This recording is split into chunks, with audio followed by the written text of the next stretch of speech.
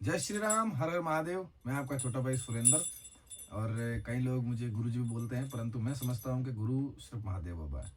तो आज मैंने कई लोग आश्रम पर आए थे। उन्होंने कहा था कि गुरुदेव, गाय को और कुत्ते को खाना या फिर हम बोलते हैं रोटी क्यों खिलाते हैं। तो धार्मिक प्रवृत्ति या फिर आप वैज्ञानिक दृष्टि से, इन दोनों के बारे में हम आज चर्चा करेंगे, इस पे बात करेंगे। तो पहले हम धार्मिक दृष्टि से हैं वो बात कर लेते हैं। हुआ क्या था, एक बार जब देव संग्राम हुआ था, तब देवता थोड़े कमजोर हो गए थे। क्योंकि हम वैसे भी महाभारत या फिर टीवी सीरियल में देखते ही हैं कि असुर हैं वो ताकतवर होते हैं, क्योंकि अपने भोले बाबा हैं वो उनको वरदान दे देते हैं कि जाओ, अजर हो, अमर हो, तुम ये करो। तो ठीक है, वो उनके पास में है, वो शक्तियां आ गई थी। उन्होंने इन 10 दिशाओं में कहीं पे भी देवताओं का नामो निशान नहीं छोड़ा था। तो अंत में देवगण जितने भी हैं, सबसे पहली बात बता दूं, मैं देवताओं का ही नाम ले रहा हूं, क्योंकि देवियों को कोई नहीं हरा सकता। ये भी एक फैक्ट है कि आज से आज तक आप कितने भी शास्त्र वास्त्र या फिर आप कितने भी टीवी सीरियल किसी ने आपने देखा होगा, तो उस आपने नोट कर लो, आपके देवी को आज तक कोई नहीं हरा पाया। क्योंकि जो शक्ति का प्रथम अंश है, जो अणु बोल सकते हैं, जिसे हम परमाणु बोल सकते हैं, वो देवी है। इसीलिए तो बोलते हैं ना, पुलिस आई, आर्मी आई, स्त्री माता। तो जो स्त्री है वो एक शक्ति का स्वरूप है। तो हुआ क्या था कि देवता है वो धरती, आसमान, पाताल, 10 दिशाओं में भ्रमण करने लगे। उन्हें कोई जगह नहीं मिली थी कि अब जाएं तो जाएं कहाँ, जिससे हमें असुर हैं वो हमारा पीछा छोड़ दे। परंतु असुरों में एक ही प्रवृत्ति थी कि नकारात्मकता होती है ना, वो नकारात्मकता कहीं भी पहुंच जाती है। क्योंकि अगर किसी के पास में शक्ति है तो सीधी सी बात है कि वो अपने शक्ति का पूर्ण इस्तेमाल करेगा और अपने लक्ष्य, अपने टारगेट पर वो जाएगा। तो असुर है वो, जो देवता है वो पाताल में जा नहीं सकते, क्योंकि असुरों का राज है। धरती पे ऋषि मुनि देवगण थे, तो असुर है वो वहां पे भी उनको ढूंढ लेते। तो कामधेनु गाय शब्दों पे ध्यान देना। कामधेनु गाय वो समुद्र मंथन में प्राप्त हुई थी भगवान विष्णु को। उनको देवताओं को क्या था, कामधेनु। जो कामधेनु गाय थी, उनमें एक विशेषता यह थी कि वो खुद अजर अमर थी। उनके शरीर को भेद पाना नामुमकिन था। चाहे देवता हो, चाहे दानव हो, या फिर कोई भी हो, यक्ष, गंधर्व, किन्नर, नाग, या फिर कोई भी जीव हो जो प्रकृति द्वारा रचित है, वो उनको भेद नहीं। तो भगवान शिव शंकर, माँ जगदम्बा के परामर्श पर सभी देवतागण गाय के अंदर समा गए थे। जब उन्होंने कहा था कि हे माँ, हे जगदम्बा, हे गौ माता, हमें शरण दो। और एक सनातन धर्म में एक नियम होता है कि शरण में आए व्यक्ति की रक्षा की जाती है। और ये जीवन में भी अपने एक गांठ बांध लेना। यदि आप एक सच्चे सनातनी हो, तो आपका अगर कोई दुश्मन भी है और वो आपके अगर शरण में आ गया, तो आपका प्रथम कर्तव्य है शरणागत की रक्षा करना। तो हुआ यह था कि गाय से जब उन्होंने कहा था कि हे देवी, हमें शरण दो, तो गौ माता ने अपने मुख्य जरिए उन समस्त देवी देवताओं को अपने पेट में, अपने सींग में, अपनी आंखों में, अपने पैरों में, या फिर पूंछ में, नाक में, अलग अलग जगह दी थी। तो इससे जब राक्षस हैं, जो भी दानव थे, वो जब गाय के समीप आए थे तो उन्हें वो हरा नहीं पाए थे। और गौ माता, जो कि एक प्रचंड ऊर्जा यानी कि एक शक्ति का जो एक समुद्र था, उन्हें क्रोध आ गया। क्योंकि गौ माता को भी एक वरदान था कि वो हार नहीं सकती किसी से, और दानवों को भी एक वरदान था कि वो भी नहीं हार सकते। तो जब गौ माता ने अपने सिंगों द्वारा उन सारे असुरों को परास्त कर दिया, तब उन असुरों ने भगवान शंकर की कि अब हमारे, जो मान लो कि जो पहले देवताओं के पीछे पड़े थे, वो महादेव को बोल रहे हैं कि प्रभु, हमारी अब मदद करो, गौ माता हमें नहीं छोड़ेंगी, हमें वो मार रही है, क्योंकि उन्हें वरदान वो समुद्र मंथन से प्राप्त हुई है। तो महादेव ने कहा था कि अपने जीवन काल में समस्त प्रकृति को ये निर्देश दिया था कि सभी यक्ष, गंधर्व, मानव, नाग, या फिर आप समस्त जितने भी जीव हो, वो अपने जीवन में प्रथम रोटी आपको गाय को देनी। इससे गौ माता है, उनकी शक्ति में भी वृद्धि होगी और उनका चित्त भी शांत होगा, और वो उनका आपको आशीष भी देंगी। तो एक तो ये मुख्य कारण है कि जब देवताओं को वो शरण दे सकती है, जब भगवान इंद्र की वो रक्षा कर सकते हैं, तो हम तो एक तुझसे इतने से कीड़े मकोड़े की तरह एक प्राणी है, तो गौ माता हमारी भी रक्षा करेंगी।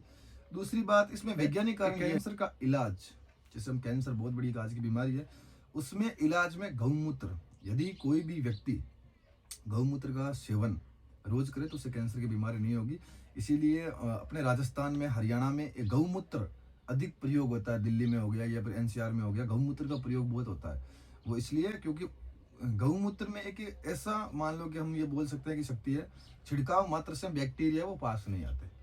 यदि हम गाय को रोटी नहीं खिलाएंगे तो वो गौमूत्र है या फिर जो गोबर है, क्यों गोबर से हम आरती करते हैं देवी देवताओं की, तो वायुमंडल शुद्ध होता है। तो इसलिए गाय को खाना खिलाना या रोटी खिलानी आवश्यक है, क्योंकि हमें उनका मल मूत्र जो मिलेगा उससे हम धूप करेंगे, जिससे वायुमंडल सुरक्षित होगा, और जो गौमूत्र है उससे हमारा पर्यावरण है वो सुरक्षित होगा। तो ये कारण है गाय को रोटी देने का। इससे शनि दोष है वो भी दूर होता है, क्योंकि देवताओं में भगवान शनि भी आते हैं, न्याय के देवता बोलते हैं। और विशेषकर मेरे तो राशि के स्वामी हैं भगवान शनि देवता, इसलिए तो हमें तो प्रेम भी है एक तरह से। दूसरी बात अब रही स्वान, कुत्ता। तो एक बार ये हुआ था कि जब राजा दक्ष का यज्ञ चल रहा था, तो वहां पे क्या है कि स्वान, कुत्ता जिसे हम बोलते हैं, मेरे हिसाब से स्वान एक शब्द है, वो एक बहुत ही मीठा शब्द है। तो जब यज्ञ में सभी जानवर, देवी देवताओं, यक्ष गंधर्व, किन्नर, राक्षस, जितने भी लोग थे, उन्हें राजा दक्ष जो कि भगवान ब्रह्मा के जो पुत्र थे और अपने महादेव बाबा के जो ससुर जी थे, उन्होंने यज्ञ किया था। उस यज्ञ में सभी को आमंत्रित किया, परंतु भगवान महादेव को और स्वान को इनविटेशन कार्ड नहीं भेजा, यानी उन्हें आमंत्रित नहीं किया। लेकिन फिर भी अब होता है ना, हम स्वान को हम भगाते हैं, वापस आके बैठ जाता है, भगाते हैं, वापस आके बैठ जाता है। इसी तरह वो स्वान है, वो यज्ञ के समीप आके बैठ जाता। राजा दक्ष उसे धुतकारता, वो जाता, वापस वो स्वान आके बैठ जाता, वापस धुतकारता, वो स्वान है वो दुखी हो गया, वो रोने लग गया। तो हारेगा सारा बाबा महादेव हमारा। तो जब स्वान ने महादेव बाबा के दरबार में पहुंचे, और महादेव बाबा की एक खास बात यह है कि उनके द्वार से, उनके मंदिर से, उनके न्यायालय से कोई भी व्यक्ति हो या फिर कोई भी जानवर, वो निराश होकर नहीं आ सकता। तो उस वक्त सभी, जैसे कि जानवर है वो देवी देवताओं को समर्पित किए जाने लगे थे। तो जैसे मान लो नंदी है वो महादेव बाबा ने स्वयं ने रख लिया, हंस है वो भगवान ब्रह्मा को समर्पित हो गया, गरुड़ है वो भगवान विष्णु को हो गया, जैसे अलग अलग। तो जो स्वान था उसको किसी ने अपनाया नहीं, तो स्वान फिर और रोने लग गया कि महादेव बाबा आज मुझे कोई नहीं अपना रहा है। पहले तो जो प्रजापति, जो पूरी पृथ्वी का जो मालिक है प्रजापति दक्ष, उसने मुझे नहीं अपनाया, और अब कोई देवता भी, चलो वो तो एक मानव है, वो देव है, उन्होंने मुझे नहीं अपनाया, लेकिन जो भगवान इंद्र हैं या फिर जो वरुण देवता है या फिर जो जल देवता है या फिर अग्नि देवता है, वो भी मुझे नहीं अपना रहे, तो मेरा ऐसा क्या दोष है। तो महादेव बाबा ने क्या कहा था कि तुम्हें मैं शिक्षा देता हूँ। तो जो जानवरों में जो सबसे प्रथम जानवर, हम मेरे हिसाब से, मैं दूसरों के नहीं बोल रहा हूँ, मेरी एक निजी भावना से जो जानवर, प्रथम जानवर था, वो था काला कुत्ता, जिनको ज्ञान भगवान महादेव ने उन्हें अपना शिष्य बनाया था, और समस्त ब्रह्मांड का ज्ञान है उसे दिया था। इसीलिए आप एक नोटिस कर लेना कि गली हो या फिर मोहल्ला हो या फिर आपका घर हो, स्वान कोई भी अपना निजी रक्षक के रूप में मानता है ना, तो वो प्राण दे देगा, परंतु गद्दारी नहीं करेगा। तो जब काल भैरव उत्पन्न हुए थे, जब राजा दक्ष के यज्ञ, माता पार्वती यज्ञ में गिर गई थी और वो भंग हो गया था, तो महादेव को क्रोध आया था और काल भैरव की उत्पत्ति हुई थी। तो अति भयंकर, अति रौद्र रूप में, अति प्रचंड ऊर्जा के साथ में काल भैरव है वो प्रकट हुए थे। तो उन्हें अब शांत कौन करे, क्योंकि वो महादेव के अंश थे, तो वैसे भी कोई उनसे टक्कर ले नहीं सकता था। और महादेव खुद शोकाकुल अवस्था में थे, तो वो उन्हें समझा नहीं सकते थे उस अवस्था में, क्योंकि आप समझ सकते हो जब व्यक्ति को दुख होता है तो उस दुख में उसे ये समझ नहीं आता है कि मुझे न्याय कैसे करना है। तो जब भगवान रुद्र को कोई संभाल नहीं पाया था, तब वो स्वान गया और उनके सामने अपनी पूंछ हिलाने लग गया।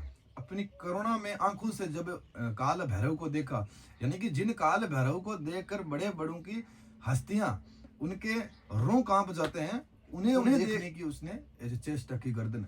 तो उनके प्रेम के कारण काल भैरव ने उन्हें अपना बनाया। याद रखना, काल भैरव की सवारी नहीं करते हैं, जो काल भैरव है स्वान की सवारी नहीं करते हैं। हमें कई जगह बताया जाता है कि कुत्ते की सवारी करते हैं, नहीं, बिल्कुल नहीं करते हैं। आपने देखा होगा कि फोटो में, मूर्ति में स्वान उनके पीछे खड़ा रहता है, ऊपर नहीं बैठे हैं। तो एक प्रेम के कारण उनको छाती से लगाया था। उसके बाद में स्वान है, उनको, उनकी भी वो एक डीएनए में है रक्षा करना। उसी तरह काल भैरव को हम बोलते हैं रक्षक देवता। तो सिक्योरिटी के हिसाब से जो वैज्ञानिक कारण बताता हूँ मैं अब, ये तो हो गया अपना वैदिक कारण। अब वैज्ञानिक कारण है कि जो श्वान है, अगर आपने उसको इतनी सी भी खाना खिला दिया तो आपको वो 24 घंटे तक आपके घर की रखवाली करेगा। ये एक वैज्ञानिक कारण है। वो आसपास की गंदगी को हटा देगा, आपके बच्चों की सुरक्षा करेगा। जब आप उससे 2 साल बाद में मिलेंगे तो आपको पहचान लेगा। तो सिक्योरिटी रीजन से भी श्वान की सेवा जरूरी है। वैदिक कारण से सेवा इसलिए जरूरी है क्योंकि जिस घर में श्वान की सेवा होगी या फिर उन्हें खाना खिलाया जाएगा, उस घर की जो रक्षा है वो स्वयं काल भैरव करेंगे। तो ये दोनों तर्क और तथ्य हैं गाय और कुत्ते को खाना खिलाने का। तो मैं उम्मीद करता हूँ, मैं ये नहीं कहता कि मेरी बात समझ में आई। मैं एक छोटा सा प्राणी हूँ, आपका भाई हूँ। मैं उम्मीद करता हूँ कि मेरी बात आपको समझ आई। यदि मेरी भाषा में कुछ त्रुटि रह गई हो तो अपना समझकर मुझे क्षमा कर दें, क्योंकि मैं इतना कोई बड़ा विद्वान या ज्ञानी नहीं हूँ। जो मैंने सुना मैंने आपको कहा। कहानी का एक शाब्दिक अर्थ होता है कि कहीं से सुनोगे तब कहोगे। तो मेरे गुरु ने या फिर मेरे जो गांव वालों ने या फिर मैंने अपने पर्यावरण से जो सुना था मैंने आपको बताया। अगर मुझसे कोई गलती हो गई तो मुझे क्षमा करें और यूट्यूब चैनल को सब्सक्राइब जरूर करें और जीवन में एक बार आश्रम आकर मुझसे मिले जरूर। जय श्री राम, हर हर महादेव।